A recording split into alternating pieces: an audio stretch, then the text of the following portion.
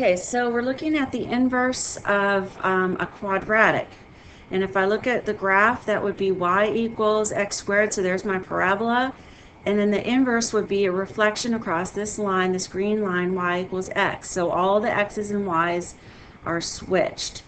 And if I go back and look at it algebraically, remember that if I have x squared equals 25, right? That means I could have 5 squared, and that would equal 25. And I could also have negative 5 squared, and that would be 25. Okay? So we said, okay, x is plus or minus 5. Right? So keep that in mind. And basically, so what we said is if I am solving this, I would square root both sides, right? And the square root of x squared is x. That's how I got that. And then we said, okay, the square root of 25 is 5. But then you had to have the plus or minus because of this situation right here. All right? Both a positive and a negative 5. If you square it, it gives you 25. So when we do this here, this general function of an inverse, I have y equals x squared minus 2. And if I go to solve for y, right, then I would add 2 to both sides. Oh, excuse me, first I have to switch my x and y, right? Okay, so the f of x is y. Now I have to switch my x and y. So I have x equals y squared minus 2. All right, I switched the x and the y's. Now I'm going to solve for y. So now I would add 2 to both sides. So I get x plus 2, can't combine those, equals y squared. Okay, and now we're looking at the situation over here where I'm going to square root both sides. Right?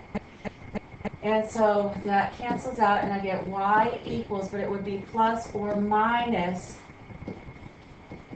the square root of x plus 2. Okay? So if I graph that, and that's because if I go back to my graph here, if I put y equals, and I just do the square root of x plus 2, right? Everything's the inverse. So my minus is a plus, my squared is a square root. All right, then I get this purple function, right? But that's only half of the red one, okay? So to get the other half, I have to do y equals minus, right? I have to reflect it across the x-axis, and I get x plus 2 still, okay? And so now if we zoom out, you can see how that's working. It's kind of a lot of things there.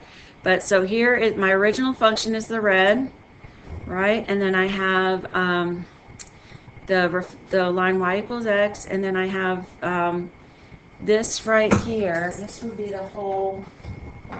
So here's my original function. There's my parabola. And then the inverse of that then is this sideways parabola. Well, remember, this is not a function.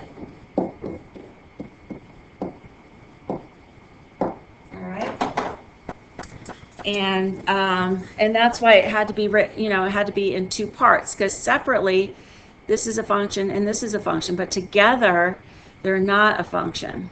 All right. So going back to here.